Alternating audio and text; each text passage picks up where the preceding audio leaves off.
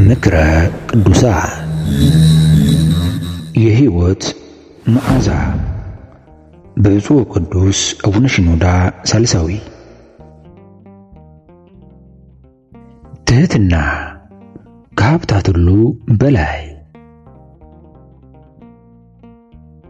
ትሕትና የሁሉም መንፈሳዊ ሀብታት መሠረት ነው። ትሕትና የጸጋዎች ስጦታዎች ሁሉ አጥር ነው። ትሕትና በመንፈሳዊ ሕይወት ውስጥ የመጀመሪያውና ትልቁ ስጦታ ነው።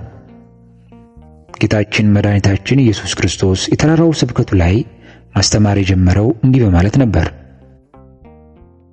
በመንፈስ ድሆች የሆኑ ብፁዓን ናቸው፣ መንግሥተ ሰማያት የእነርሱ ናትና። የዋሆች ብፁዓን ናቸው፣ ምድርን ይወርሳሉና። ማንኛውም መንፈሳዊ ሀብት ከትሕትና ውጭ ከሆነ ለውዳሴ ከንቱ ያጋልጣል። ከትሕትና ውጭ የሆነን ጸጋ ሰይጣን ለመስረቅ ሁልጊዜም ዝግጁ ነው።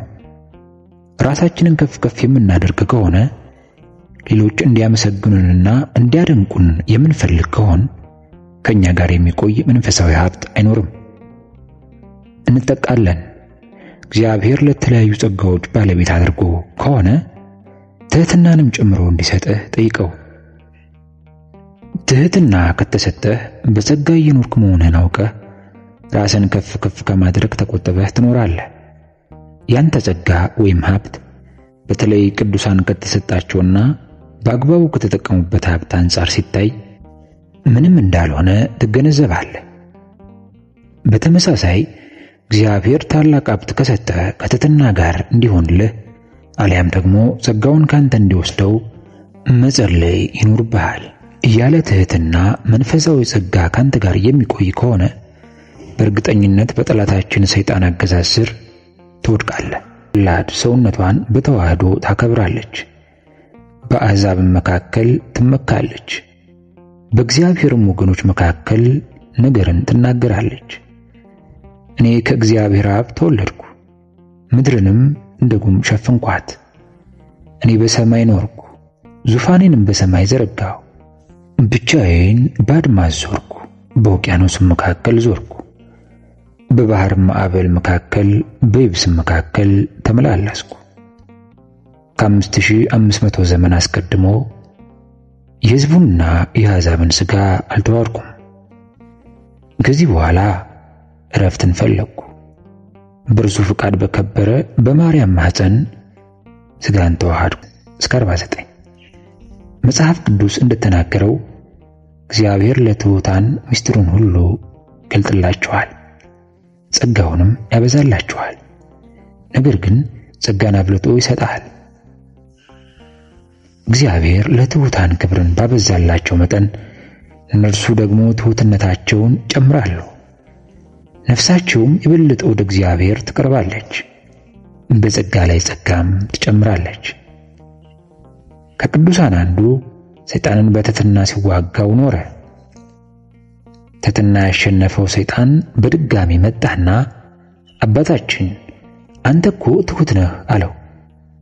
ያም አባት እኔ ትሑት አይደለሁም በማለት በድርብ ትሕትና ሰይጣንን አሸንፎታል። በመዝሙር እግዚአብሔር መንፈሳቸው ለተሰበረ ለትሑታን ቅርብ እንደሆነ ተጽፏል። መድኃኒታችን ራሱ እኔ ትሑት ነኝና ትሑታን ሆኑ ብሎ አስተምሯል። ትሕትና በራሱ ጸጋ ብቻ አይደለም፣ ከሌሎች ሀብታትም ጋር የተዋሃደ ነው። ትሕትና ጥሬ የያዘ ጆንያ የተሰፋበት ክር ይመስላል። ክሩ ከተበጠሰ ወይም ጆንያው በክር ካልተሰፋ ጥሬው እንደሚፈስ ሁሉ በትሕትና ያልተያዘ ጸጋ ጉዳቱ ብዙ ነው። ማንኛውም ጸጋ በትሕትና ካልተያዘ እንደ ጸጋ አይቆጠርም። ምክንያቱም በእኛ ላይ ያደረ ጸጋ መንፈስ ቅዱስን ያረቃልና እግዚአብሔርም አይቀበለውም። ትሕትና የሁሉም ጸጋዎች መሠረትና ከውዳሴ ከንቱ የሚጠብቅ ቅጥር ነው የምንለው ለዚህ ነው። የሁሉም ጸጋዎች ባለቤት የሆነው ጌታችን መድኃኒታችን ኢየሱስ ክርስቶስ ቅዱሳት ሐዋርያትን እርሱን እንዲመስሉ ትሕትና በተግባር አስተምሯቸዋል። ቀንበሬን በላያችሁ ተሸከሙ ከኔም ተማሩ እኔ የዋህ በልቤም ትሑት ነኝና ለነፍሳችሁም እረፍት ታገኛላችሁ። ቀንበሬ ልዝብ ሸክሜም ቀላል ነውና። ማቴዎስ 11 ከቁጥር 29 እስከ 30። ሁሉንም ነገር በእርሱ መማር የሚገባን ሆኖ ነገር ግን በበለጠ የዋህነትና ትሕትና ከእርሱ እንድንማር ተናግሯል። ይህንን የመድኃኒታችን ትሕትና ሐዋርያው ቅዱስ ጳውሎስ ሲያስረዳን ነገር ግን እንዳንዱ ባልንጀራው ከእርሱ ይልቅ እንዲሻል በትሕትና ይቁጠር፣ እያንዳንዱ ለራሱ የሚጠቅመውን አይመልከት፣ ደግሞም ለባልንጀራው እንጂ። በክርስቶስ ኢየሱስ የነበረ ይህ ሐሳብ በእናንተ ዘንድ ደግሞ ይሁን። ዕውቀትን፣ ጥበብን፣ ደግነትን፣ አርምሞን፣ አገልግሎትን፣ ጥንካሬን፣ ጠላቶቻችንን መውደድን ወዘተ ከእኔ ተማሩ ማለት ይችል ነበር። ነገር ግን የዋህነትና ትሕትና ላይ ብቻ ለምን ትኩረት አደረገ? እነዚህ ሁለት ጸጋዎች በጣም ጠቃሚና የጸጋዎች ሁሉ ቁንጮ ቢሆኑ አይደለምን? እንጨት ተሰብስቦ ለሸክም እንዲመች የሽፍልጥ ማሰሪያው ልጥ እንዲሉ ማሰሪያ ገመድ እንደሚያስፈልገው ሁሉ ትሕትና የመንፈሳዊ ሀብታት ሁሉ ማሰሪያ ልጥ ነው። ያለ ትሕትና ልንሸከመው የምንችለው አንዳች አገልግሎት የለም። ትሕትና በአባቶች ሕይወትና ትምህርት ቀዳሚውን ስፍራ ይዞ ይገኛል። ቅዱስ ያዕቆብ እንዲህ ብሏል፣ ስለ ትሕትና ማስተማር እፈልጋለሁ፣ ደግሞም እፈራለሁ። ስለ እግዚአብሔር ለመናገር እንደሚፈራ ሰው መስላለሁ። ምክንያቱም ትሕትና መለኮት ሰው ሆኖ በምድር ሲገለጥ የተጠቀለለበትን መጎናጸፊያ ነውና። ሰው ሆኖ በአጭር ደረት በጠባብ ቁመት የመገለጡም ምስጢር እጅግ አስደናቂ በሆነ በትሕትናው ነው። ይህ ሁኔታው ያስደነቀው ነቢዩ ኢሳይያስም ያልተጠባበቅነውን የጽድቅ ሥራህን ባደረግህ ጊዜ ወረድክ፣ ተራሮችም በፊት ተንቀጠቀጡ። ኢሳይያስ 64 ቁጥር 4 ይላል። ሰይጣን ትሑት ሰው ሲያይ የሚፈራው በትሑት ሰው ውስጥ የፈጠረውና በትሕትና ያሸነፈውን እግዚአብሔርን ስለሚያየው ነው። ስለ ትሕትና የሚነገሩ ቃላት ሁሉ ምን ያክል የተደነቁ ናቸው! ትሕትና ሰይጣን እንዲገዛ ያደርገዋል። ይህ በታላቁ አባት አባ መቃርዮስ ሕይወት ግልጽ ሆኖ እናገኘዋለን። ሰይጣን ተገልጦ አባ መቃርዮስን እንዲህ አለው፣ ከአንተ መራቅ እፈልጋለሁ። መቃርዮስ፣ እኛ ማድረግ የማንችለው ነገር ግን አንተ የምታደርገው ነገር ምንድን ነው? አንተ ትጾማለህ፣ እኔም እንዳንተ አልበላም። ነቅተህ ትጠብቃለህ፣ እኔም አልተኛም። አንተ በበረሃ ብቻህን ትኖራለህ፣ እኔም እንዳንተ አደርጋለሁ። ነገር ግን በአንድ ነገር አሸነፍከኝ አለው። አባ መቃርዮስም በምን እንዳሸነፈው እንዲነግረው ሰይጣንን ጠየቀው። ሰይጣንም በትሕትና አሸነፍከኝ አለው። ይህ ግልጽ ነው። ሰይጣን ትሑት መሆን አይችልም። ሁልጊዜም ለራሱ ክብር ይሰጣል። ለዚህም ነው ትሕትና ሰይጣንን የሚያሸንፈው። ሰይጣን ገንዘቡ ማድረግ የማይችለውን ትሕትናን ቅዱሳን ገንዘባቸው አድርገዋል። የሚያምኑትን ከማያምኑት ወገኖች፣ የእግዚአብሔር የሆኑ ወገኖችን የእግዚአብሔር ካልሆኑት የሚለያቸው ጥበብ ይኸው ነው። ሰይጣን ገንዘብ ወዳጅ ነው። ማንም ወገን ገንዘቡን ከያዘበት ከእርሱ አይርቅም። ስለዚህ የእግዚአብሔር ወገን ለመሆን ከፈለግ የሰይጣንን ገንዘቡን መልስለትና የእግዚአብሔር ልጆች የያዙትን ገንዘብ ገንዘብ አድርግ። የሰይጣን ገንዘቡ ትዕቢት፣ ራስን ማግነን፣ ከንቱ መታበይ ሲሆን የእግዚአብሔር ልጆች ገንዘብ ትሕትና ነው። የትሕትና ሕይወት በታላቁ አባት በአባ እንጦንስም ተገልጿል። ይህ ታላቅ አባት ዓለም በሰይጣን መረብ ተተብትባ ይመለከታታል። በእግዚአብሔርም ፊት ተንበርክኮ እንዲህ ብሎ ጠየቀ፣ ጌታ ሆይ ከዚህ መረብ ማብለጥ የሚቻለው ማን ነው? ከሰማይ ድምፅ መጣ፣ እንዲህም አለው፣ ትሑት የሆነ ሰው እርሱ ያመልጣል። ትሑት ሰው ሰይጣን ከዘረጋው መረብ እንዴት ሊያመልጥ ይችላል ብለው ምናልባት ሰዎች ሊጠይቁ ይችላሉ። እኔም እንዲሁ እላለሁ።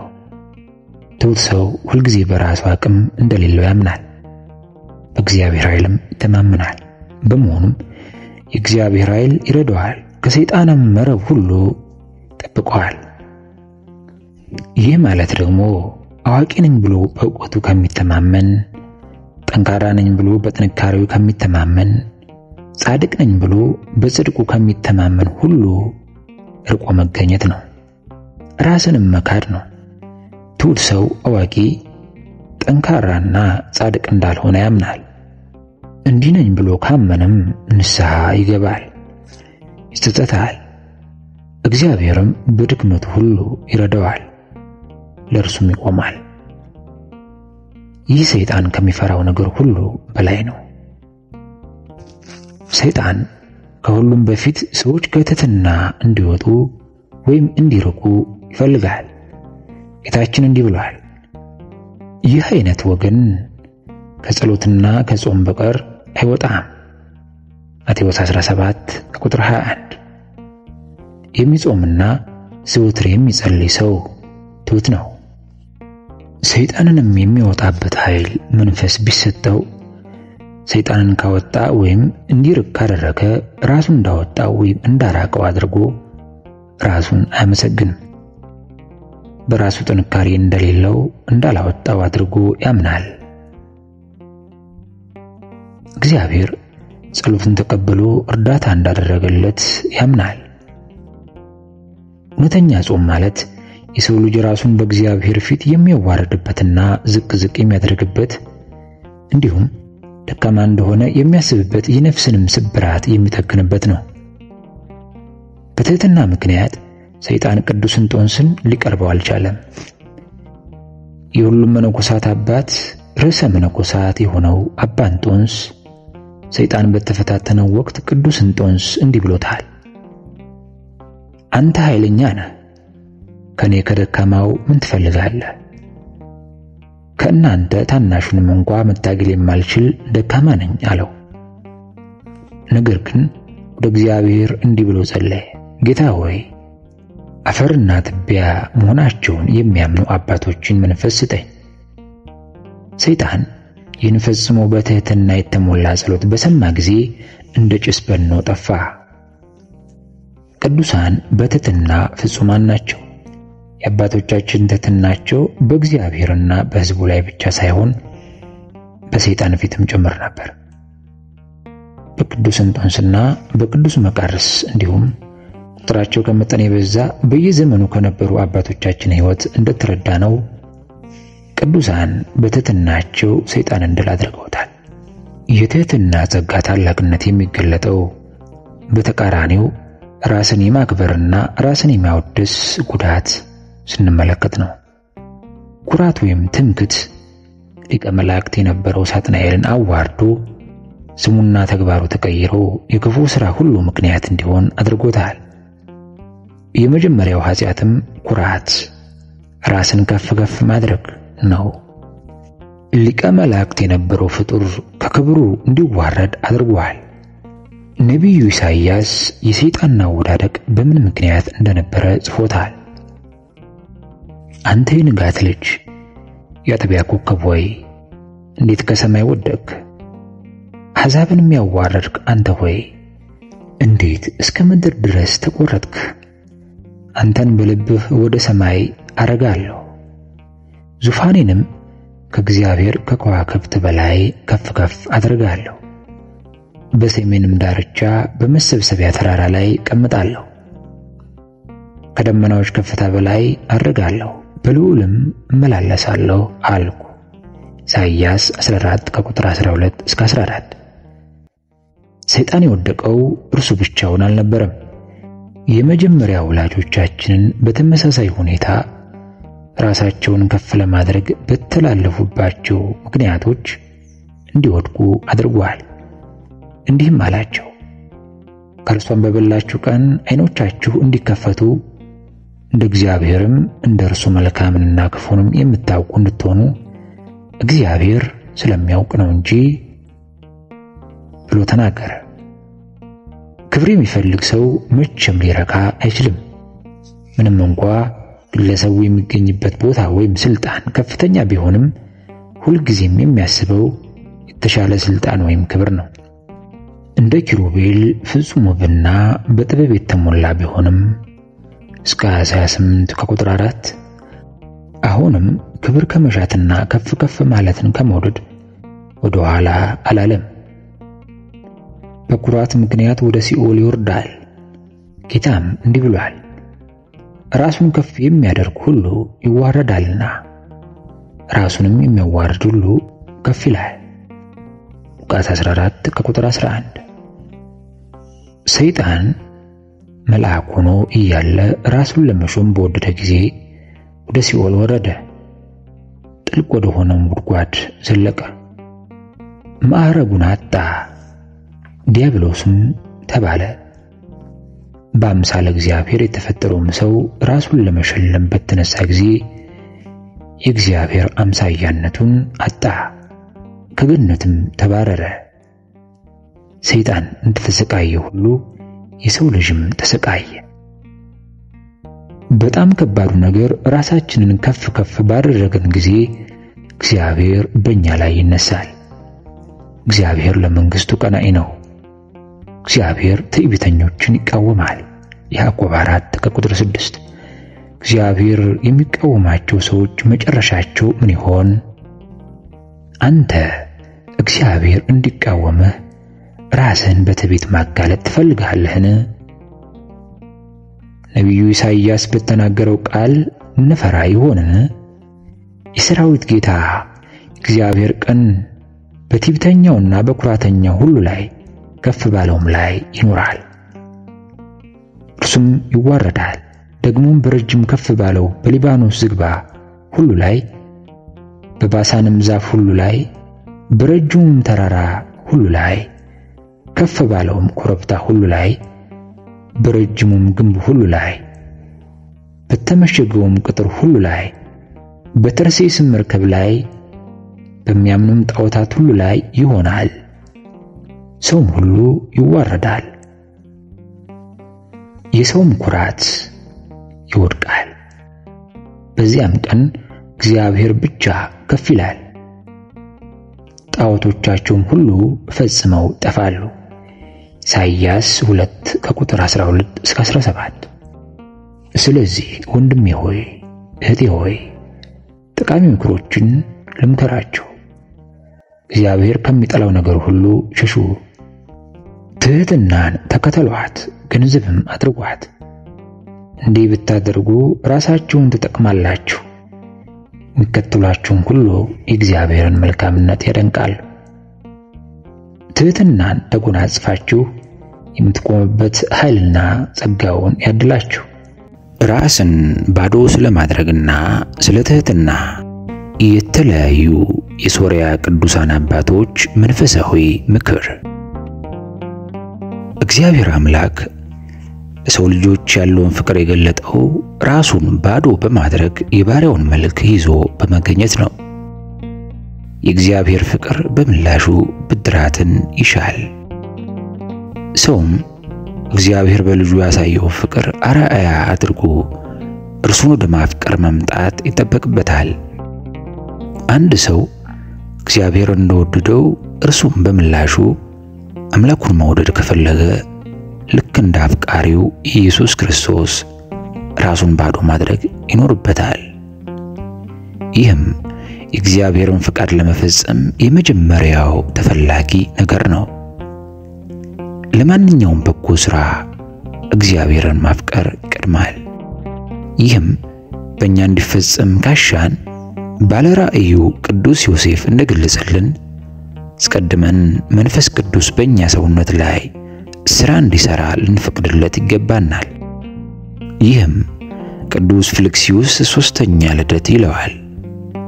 መንፈስ ቅዱስ በእኛ ሰውነት ውስጥ ሥራ መስራት ሲጀምር ባለራእዩ ቅዱስ ዮሴፍ እንደገለጸው የመጀመሪያው ምልክት የእግዚአብሔር ፍቅር በልባችን መቀጣጠሉ ነው። ይህም በእኛ ውስጥ ራስን ባዶ ማድረግና ትህትና እንዲወለዱ ያደርጋቸዋል። ራስን ባዶ ስለማድረግ በተመለከተ የቅድስና እርከኖች የሚባለው መጽሐፍ ላይ በመጀመሪያ መስመር ላይ ሰፍሮ እናገኘዋለን። የመጽሐፉም የመክፈቻ ጽሑፍ እንዲህ ይላል: ሁሉን በመተውና የክርስቶስን ትህትናን ገንዘባችን በማድረግ ራሳችንን ባዶ እናድርግ የሚል ነው። ይህ ቃል የትህርምት ሕይወትን አስመልክቶ በተጻፉ ጽሑፎች ላይም በሰፊው ተተንትኖ እናገኘዋለን። ለምሳሌ በትህርምት ሕይወት ይኖር የነበረው ሶርያዊው ቅዱስ ዮሐንስ በውስጣዊ ማንነታችን በጽድቅ ሕይወት ለመመላለስ መጀመሪያ መፈጸም ያለብን ምንድነው ተብሎ ለተጠየቀው ጥያቄ መልስ ሲሰጥ እንዲህ ይላል: ራስን ከገንዘብ ፍቅር ባዶ ማድረግ ከሁሉ ይቀድማል። ከገንዘብ ፍቅር ራስን ባዶ ከማድረግ በመቀጠል ከንቱ ውዳሴን ከማፍቀር ራስን ባዶ ማድረግ ይከተላል። ከዚህ በኋላ እንዲህ አይነት ሰው እጅግ የተመሰገነ አእምሮን ገንዘቡ ስለሚያደርግ በትህትናና በትዕግስት በፍጹም እርጋታና ዕውቀት ይመላለሳል። ከነዚህም በሚያገኛቸው መልካም ብድራቶች ተስፋ በማድረግና ደስ በመሰኘት እግዚአብሔርንና የሰው ልጆችን በማፍቀር ይተጋል። ይህ ሰው በእነዚህ ወደ ነፍስ ንጽሕና ይደርሳል። ይህም ሕይወት እግዚአብሔር አምላክ ከሰዎች የሚፈልገው ሕይወት ነው። ቅዱስ ይስሐቅ ራስን ባዶ ማድረግን ከእግዚአብሔር ፍቅር ጋር አጣብቆ ሲያስተምር የእግዚአብሔር ፍቅር በነፍሳችን ውስጥ የሚያድረው በጸሎት ከእግዚአብሔር ጋር በተነጋገርን ወቅት ነው። ከእግዚአብሔር ጋር መነጋገርን የምናገኘው በጸሎት በመጽናት ነው። በጸሎት መጽናትንም የምናገኘው ራስን ባዶ ከማድረግ ነው። ራስን ባዶ ማድረግ ማለት ራስን በእግዚአብሔር ፊት መመልከት፣ በእርሱ ፊት መዋረድ ማለት ነው። የሶርያ ቅዱሳን አባቶች ለትህትናም ትልቅ ቦታ ይሰጣሉ። ይህንንም ክርስቶስን ከመምሰልና መስቀሉን ከመሸከም ጋር አቆራኝተው ያስተምራሉ። አንድ ሰው በእርግጥ ትህትናን ለማግኘት ሊተጋ ይገባዋል። ምክንያቱም እውነተኛው ትህትና ቅዱሳንን ወደ ብቃት እንዲደርሱ የሚያበቃቸው ታላቅ መሰላል ነውና። ይህ ጸጋ የሚሰጣቸው የክርስቶስን ሕግጋት በእርሱ ጸጋ ታግዘው ለመፈጸም ለሚተጉ ብቻ ነው። የሰው ተፈጥሮ እውነተኛውን ትህትና ሊፈጽሙ ይቻላቸዋል። ትህትና ጸጋዎቹን ሁሉ በውስጧ አካታ ይዛለች ይላል ቅዱስ ይስሐቅ። በትህርምት ሕይወት የጸናው ቅዱስ ዮሐንስ ደግሞ ስለ ትህትና ሲያስተምር እንዲህ ይላል: ከነፍስ በምትመነጭ ትህትና የሚመላለስ ሰው በሰዎች ኃጢአት ላይ አይፈርድም። ሌሎች ምንም እንኳ ዝማውያን፣ ሴሰኞች፣ ሰካሮች፣ ነፍሰ ገዳዮች ቢሆኑ ከእርሱ የተሻሉ እንደሆኑ አድርጎ ይቆጥራቸዋል። እንዲህ ያለ የሚያስገርም ትህትና እግዚአብሔር አምላክ ለሰው ልጆች ያለውን ፍቅር አርአያ በማድረግ ሰዎችን ሁሉ ወደ ማፍቀር ከመጣ ሰው ልቡና የሚፈልቅ ትህትና ነው ይለናል። ቅዱስ ይስሐቅ ትህትናን እንዴት መለማመድ እንዳለብን ሲያስረዳን ደግሞ እንዲህ ይላል: ወዳጅህን በተገናኘው ጊዜ ከልብ የሆነ አክብሮት ስጠው። ዝቅ ብለህ እጆቹንና እግሮችን ሳማቸው። ለእርሱ ቅዱስ የሆነ ፍቅርን ታሳይ ዘንድ ልቦናህን አትጋው። እጆቹን አሁንም ዳብሳቸው። ወደ ዓይኖችህም አቅርበህ በታላቅ ፍቅር ሳማቸው። ምንም እንኳ ለእርሱ የሚገባ ባይሆን መልካም ነገሮችን ሁሉ አድርግለት። እርሱ በሌለበትም ስለ እርሱ መልካምነት አውራ። ምናልባት አንተ ለእርሱ ያሳየኸውን መልካምነት ለእኔ አይገባኝም ሊል ይችላል። ነገር ግን አንተ እርሱን በዚህ መልክ ወደ መልካም ስነ ምግባር ትመራዋለህ። ስለዚህም ጽድቅን ወደ መፈጸምም ታደርሰዋለህ። አንተም ይህን ሕይወት በመለማመድህ መንፈሳዊ ጥበብንና ትሕትናን ገንዘብ ታደርጋለህ። በዚህ ምክንያት ሌሎች አንድን ሰው ለማረም ሲሉ የሚተጉትን አይነት ከንቱ የሆነ ትጋትን በአንተ ዘንድ አይኖርም። ይህን ለሰዎች ሁሉ የምታደርገው ይሁን። አንድ ሰው ክፉ ሥራ ፈጽሞ ቢያስቆጣ ስለ እምነትህ ቀንተህ ስለ ክፉ ሥራው ትናገረዋለህን? እንዲህ ብታደርግ ስለ ራስህ ፍራ። አንድ ሰው ክፉ ሥራ ፈጽሞ ቢያስቆጣ ስለ እምነትህ ቀንተህ ስለ ክፉ ሥራው ትናገረዋለህን? ምክንያቱም በእግዚአብሔር ፊት ሁላችን ስለሰራናቸው ኃጢአቶች መልስ ልንሰጥ ለፍርድ እንቆማለንና። ከዚህ ይልቅ ግን በፍቅር እርሱን ለመመለስ ያሰብክ እንደሆነ ስለ እርሱ መጥፋት አስበህ በእጅጉ ታዝንለታለህ። ስለዚህም አንድ ወይም ሁለት ቃላትን በእንባና በፍቅር ትናገረዋለህ። ፍቅር በባህሪዋ ቁጡና ብስጭት አይሰማትም። ፍቅር በባህሪዋ የሰውን ሕሊና የሚጎዱ ቃላትን መጠቀምን አትፈቅድም። ለእውነተኛው ፍቅርና ዕውቀት ምልክቱ ከነፍሳችን የምትፈልቀው ትሕትናችን ናት ይለናል።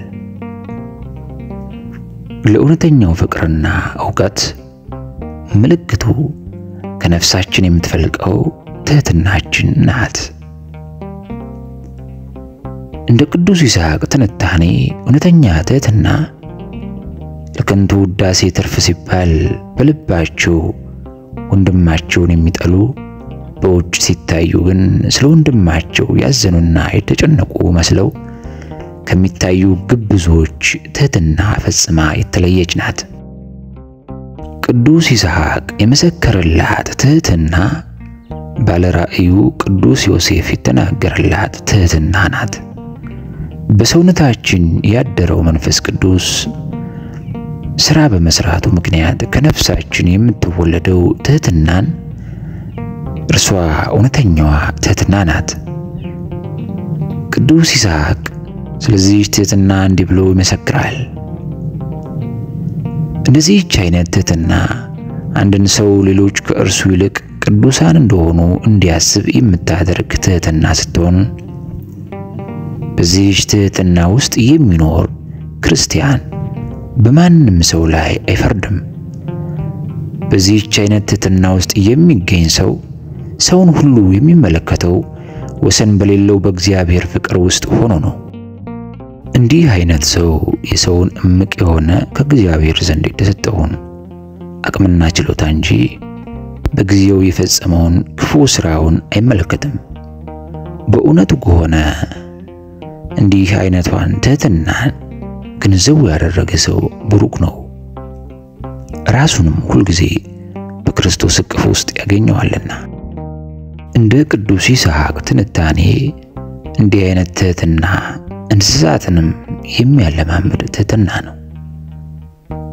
አንድ አደገኛ የዱር አውሬ ትሑት የሆነውን ሰው ከሩቅ አይቶት ሊያጠቃው እየተንደረደረ ቢመጣም ወደዚህ ትሑት ሰው በቀረበ ጊዜ እርሱን ከማጥቃት ይልቅ ልክ በጌታው ፊት እንዳለ ውሻ ጭራውን እየቆላና እየተሻሸው እንዲሁም እጁንና እግሩን በፍቅር በመላስ ለእርሱ እንደሚገዛለት ይገልጽለታል። እንዲህ የመሆኑ ምስጢር ይህ አውሬ ከውድቀት በፊት የነበረውን የአዳምን ጠረን ከዚህ ትሑት ሰው በማሽተቱ ነው። ይህ መዓዛ በኃጢአት በወደቅን ጊዜ ከኛ ተወስዶብን ነበር። ነገር ግን እግዚአብሔር ቃል ሰው በመሆኑ ምክንያት ለእኛ ለሰዎች ተመልሶ ተሰጠን።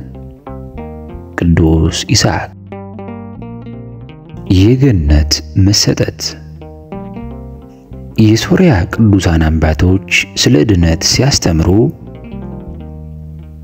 ዘፍጥረት ምዕራፍ 1 ከቁጥር 3 ያለውን የአዳምንና የሔዋንን መፈጠር በገነት ውስጥ የነበራቸውን ቆይታ የእነርሱን አለመታዘዝና ከገነት መባረር የሚያወሳውን የመጽሐፍ ቅዱስ ክፍል በሰፊው ተጠቀሙበታል። እነዚህ ቅዱሳን አባቶች አዳም የሚለውን ስም ለሰው ልጆች ሁሉ መጠሪያ ስም አድርገው ሲገለገሉበት እንመለከታለን። እንደነርሱ አስተምህሮ ዳግማዊ አዳም የተባለው ክርስቶስ የለበሰው የአዳምን ሰውነት ነው።